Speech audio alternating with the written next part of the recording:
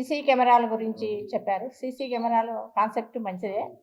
2018లో వాసన్న 50 లక్షలు వెచ్చించి సొంతంగా పెట్టినన్నారు. అది చాలా మంచి పరిణామము. ఇంకోటి ఏమంటే ఇప్పుడు వాసన్న అందరినీ చందాలు ఇవ్వడం కొంచెము బాధాకరం. ఎందుకంటే ఎవరైనా కూడా స్వచ్ఛందంగా ఇవ్వాల. ముందు వాసన ఏం చేయాలంటే దాని ఫోన్ నెంబర్ ఇచ్చి అందరు చందాలు ఇవ్వండి అని అంటే బాగుండు. వాళ్ళ పార్టీలో ఉండేవాళ్ళే గొడవ పట్టారు. అవి పేపర్లో వాట్సాప్లో అంతా వచ్చింది. అయినా మేము వాళ్ళ పార్టీ మాకెందుకని మేము గమనున్నాము. ముఖ్యంగా చెప్పేది ఏమంటే ఒక స్వచ్ఛంద సంస్థ భారతరత్న అనే ఒక హోమ్ ఆమె నిన్న 1 లక్ష ఇచ్చినాను స్వచ్ఛందంగా అంటే, కానీ ఆమె ఫేస్లో ఆ ఫీలింగ్ లేదు.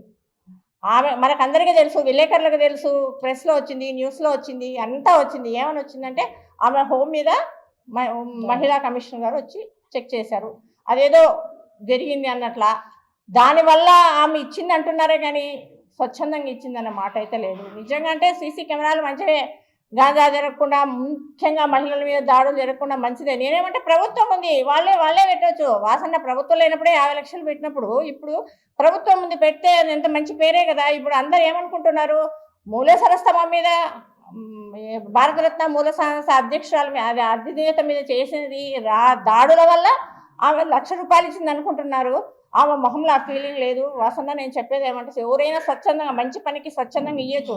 కరోనా టైంలో జగన్మోహన్ రెడ్డి గారు రాష్ట్రం అంతా, ఇది కడప సమస్య ఒకటి, రాష్ట్రం అంతా కరోనా వస్తే ఆయన ఎవరు చందాలు అడగలే, ఎవరు ఇలా ఆయన కష్టం ఏం పడ్డాడో, పథకాలు కానీ టెంట్లు వేసి సర్వీస్ కానీ ఏమంటారు, మాస్కులు, శానిటైజరు, అంతా ఉచిత వైద్యం అన్నీ చేసి సదుపాయాలు చేసినాడు. అట్లా పేరు వస్తుంది. ఇప్పుడు ఆయన గెలిచినా ఓడినా కూడా వైద్యము విద్య అంటే జగనన్నే గుర్తొస్తున్నాడు. అట్లా మంచి పేరు తెచ్చుకోవాలి. కానీ ఒక మహిళ ఆమె నాకైతే నేను ఎందుకు ప్రెస్ మీట్ పెట్టాల్సిందంటే నాకు ఆ మొహంలో ఆ ఫీలింగ్ కనపడలే.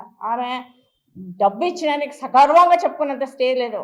అందరికీ ఉన్న అభిప్రాయమే నాకు కూడా. ఆమె మీద రైడ్ జరిగింది కాబట్టి ఆమె హాస్టల్ మీద, ఆమె హోమ్ మీద, దానికి ఇది ప్రత్యక్షంగా ఈ 1 లక్ష ఇచ్చింది.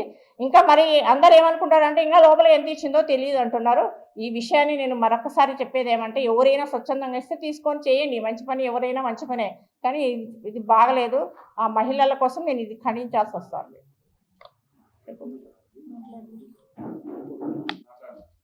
మీడియా మిత్రులకు అందరికీ కూడా నమస్కారము. ఈరోజు వాళ్ళు చందాలు, గవర్నమెంట్ అనేది ఒక అధికారం వాళ్ళకు, ఆ పార్టీ అధికారంలో ఉండేవాళ్ళు అందరి దగ్గర చందాలు వసూలు చేయడం అనేది చాలా దారుణం.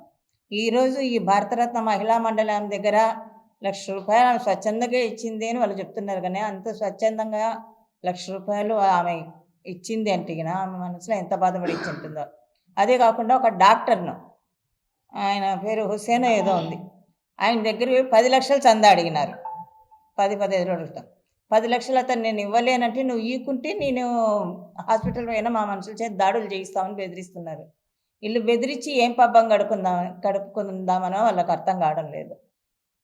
ఈ చందాలు వసూలు చేయడం ఆపేసి వాళ్ళ దగ్గర డబ్బులు కోట్లు కొల్లలుగా ఉన్నాయి. వాళ్ళు పెట్టుకోవాలని స్వచ్ఛందంగా వాళ్ళని పెట్టుకోమనండి. ప్రజల మీద పడి ప్రజల్ని పీడించి వాళ్ళ దగ్గర చందాలు వసూలు చేయడం అనేది చాలా దారుణము. ఇది నిలిపేయాలని మనస్ఫూర్తిగా. అది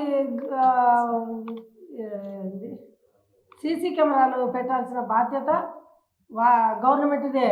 ప్రజల మీద అంటే ప్రజల సంక్షేమం కోసమే అని అంటే ఇంకా వీళ్ళే డబ్బులు ఇచ్చి వీళ్ళే చూసుకోవాలన్నా వీళ్ళ సంరక్షణ. ఇంకా గవర్నమెంట్ బాధ్యత ఏముంటుంది?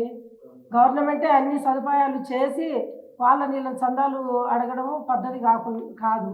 బలవంతం చేసి వాళ్ళు స్వచ్ఛందంగా ఇవ్వాలి. కానీ మీరు ఇంత ఇవ్వండి అని చెప్పడం చాలా బాధాకరము.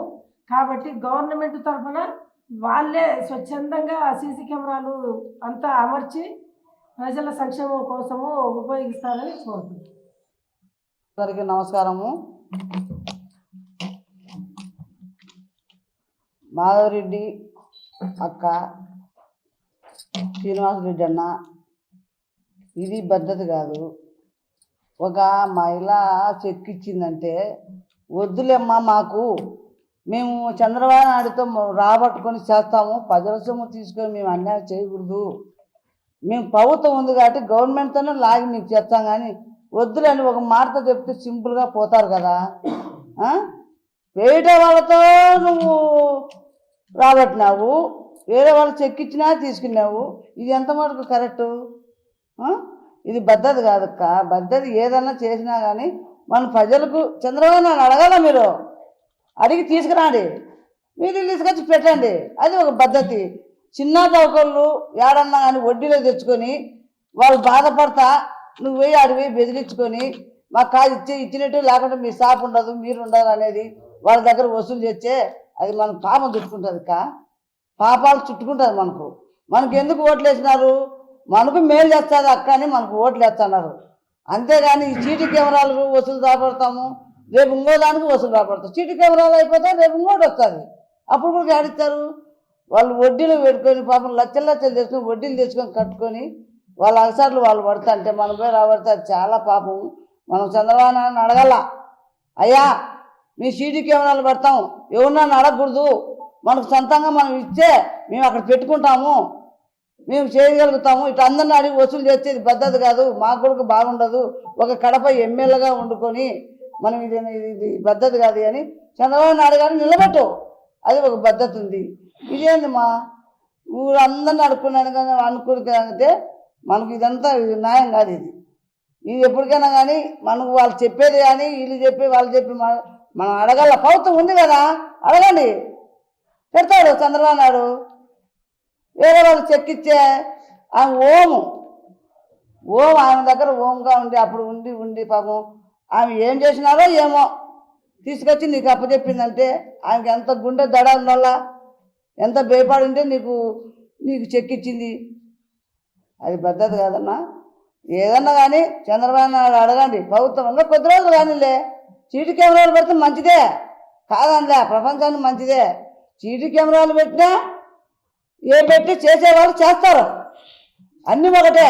సీటీ కెమెరాలు పెడితే ఏం లాభం వచ్చి మనం చేసినా కానీ మన అన్ని దానికి వసూలు చేసేదానికి పద్ధతి కాదు. సొంతంగా చంద్రబాబు నాయుడు మనం అడగల, పని చేసి మనం కష్టపడుతున్నారు, ఇది పద్ధతి, ఇది సగం జరుగుతుందని చెప్తే అది ఒకటి లెక్క. వేరే వాళ్ళు ఇచ్చేది అది పద్ధతి కాదు. అమ్మ శ్రీనివాసులు అన్న నమస్తే. Local to global news at your finger tips. మీ చేతిలో ఒక ఆయుధం. Download R TV app. Media legend Ravi Prakash is back.